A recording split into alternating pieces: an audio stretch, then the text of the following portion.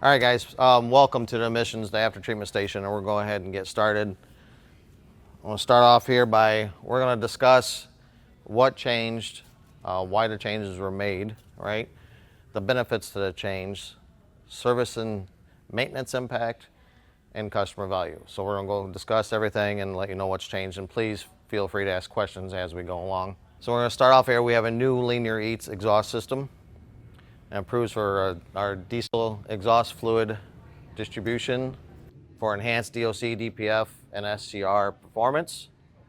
So the biggest change is we have a 75-pound weight loss. So the reduction in weight, right, are 34 kilograms, depending where you're from, contributing to better fuel efficiency and overall performance. So it is 75 pounds lighter than our old one box. Again, contributing to better fuel economy, better performance, less room, overall good thing. Moving on, we have our advanced SCR coating. This new coating reduces our sulfur regenerations temperatures from about 625 degrees Celsius, 1157 Fahrenheit, to 535 degrees Celsius, 995 degrees Fahrenheit, leading to lower fuel consumption and improved emissions control.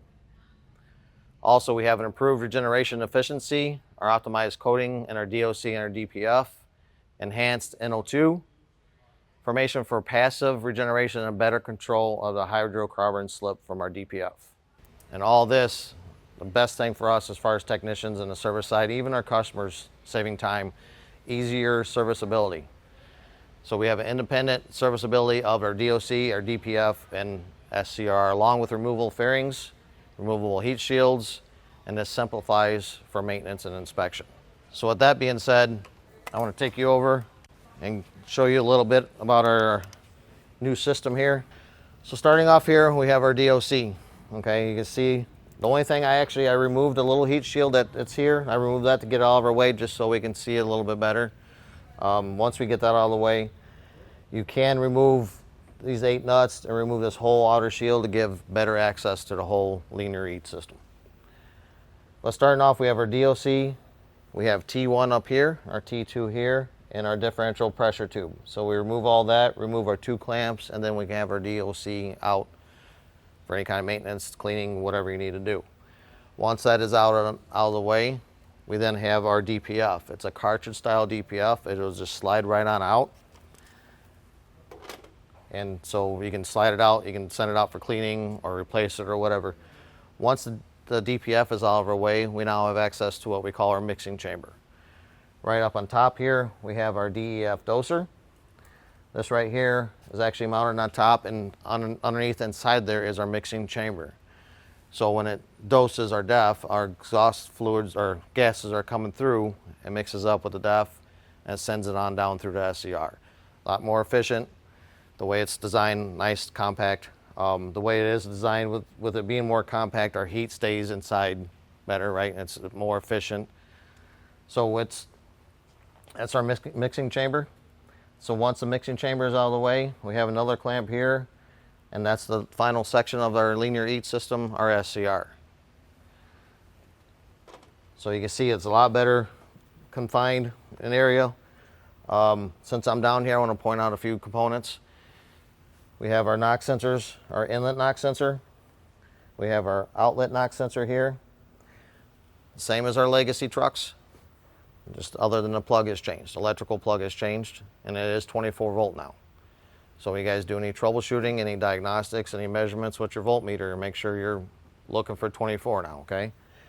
Any tooling that you have now, as far as our breakout harnesses and breakout boxes, are still the same as we use on our legacy trucks. No new tooling is needed here.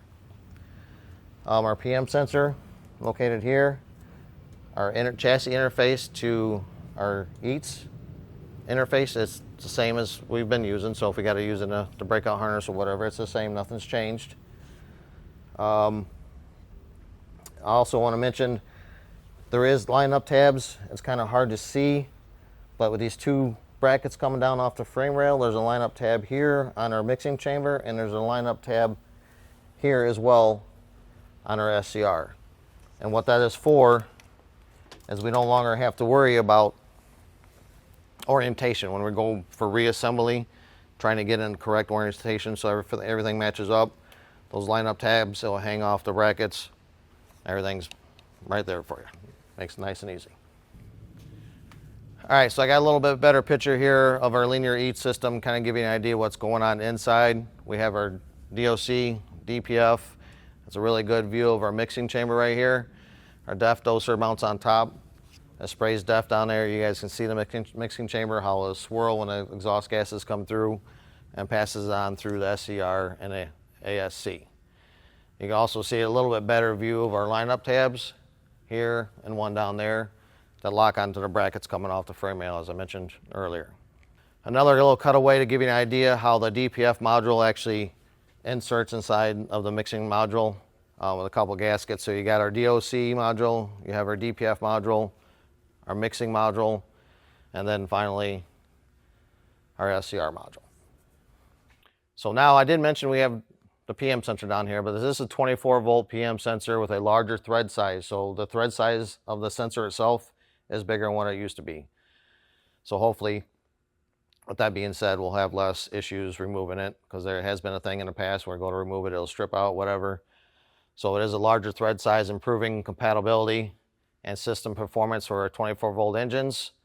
Also, this new PM sensor enhances precision and reliability of our PM measurements, boosting emissions control capabilities.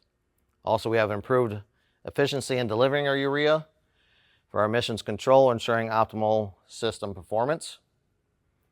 As far as serviceability, it says no service maintenance procedures remain unchanged with no major impacts on features. So basically what it's saying is it's the same thing, guys, right? You unscrew it, you unplug it, you replace the sensor. And all this is to provide consistent and reliable emissions control performance for our customers. So moving onward, kind of give you a breakdown of where all the components are located. I have a lot of guys have been taking pictures of it, but this document can be found in Impact as well. But it's a nice picture, shows you how everything is nicely located in one central area, right? We're not reaching around, we're not removing any extra panels. Everything is right on top, easier diagnostics, easier replacement. Everything's a whole lot easier with this new design.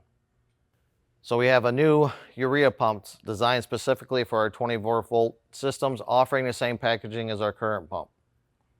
And what we mean by that, this looks identical as our 12 volt system, our 12 volt pump. So be careful when you get the part from parts.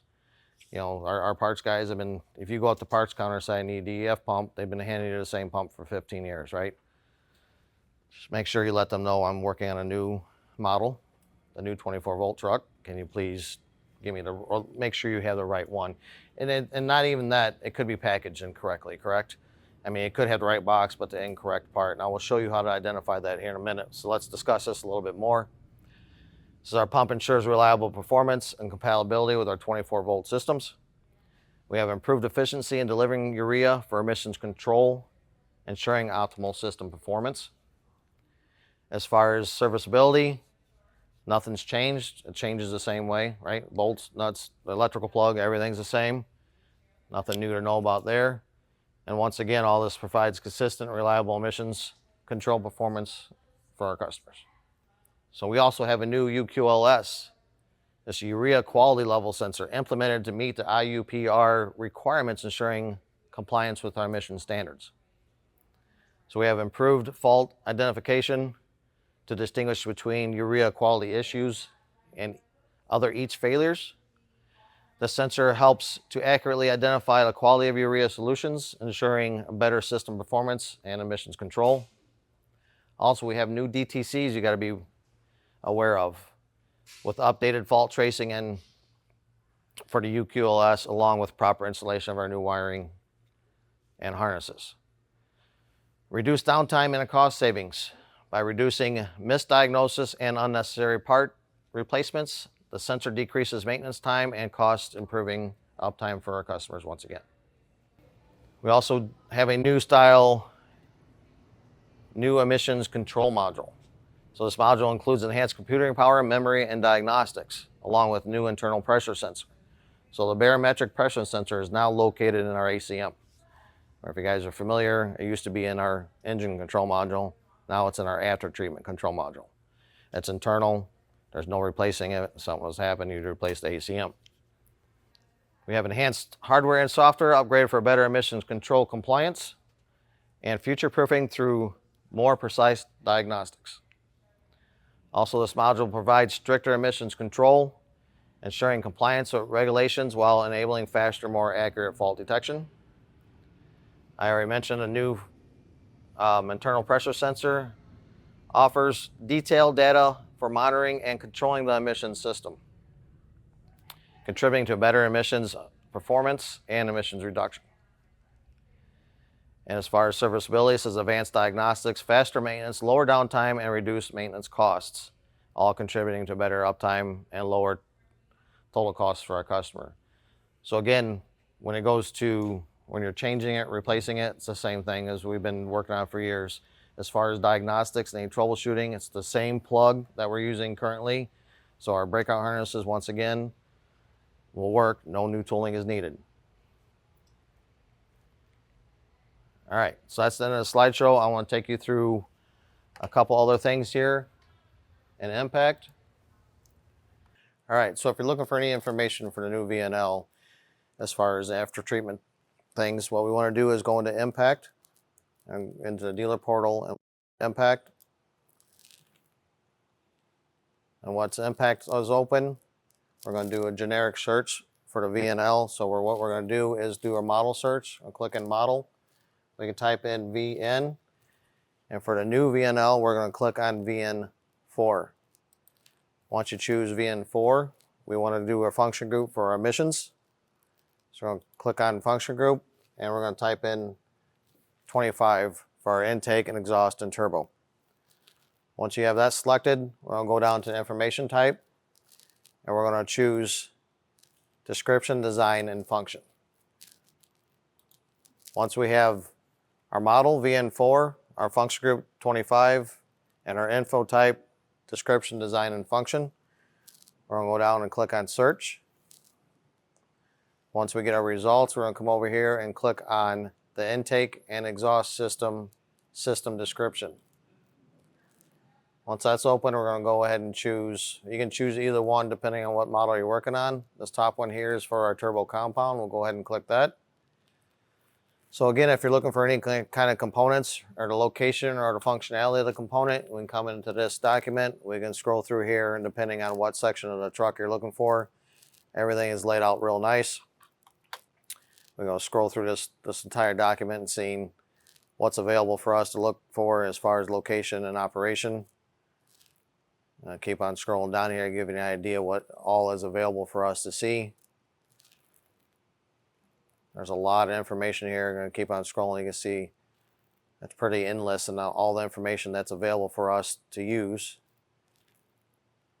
So I'm going to go down here, and we're talking about our after treatment system. We're going to scroll down.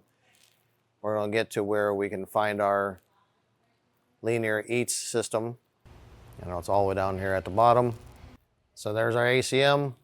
Scroll down a little bit more. Here's our DEF doser location. And then a little bit more, here's our component location. We can get all of our sensors, what sensor is what, where it's located, and what it does. So don't forget, that's a good information to have doing any kind of diagnostic troubleshooting.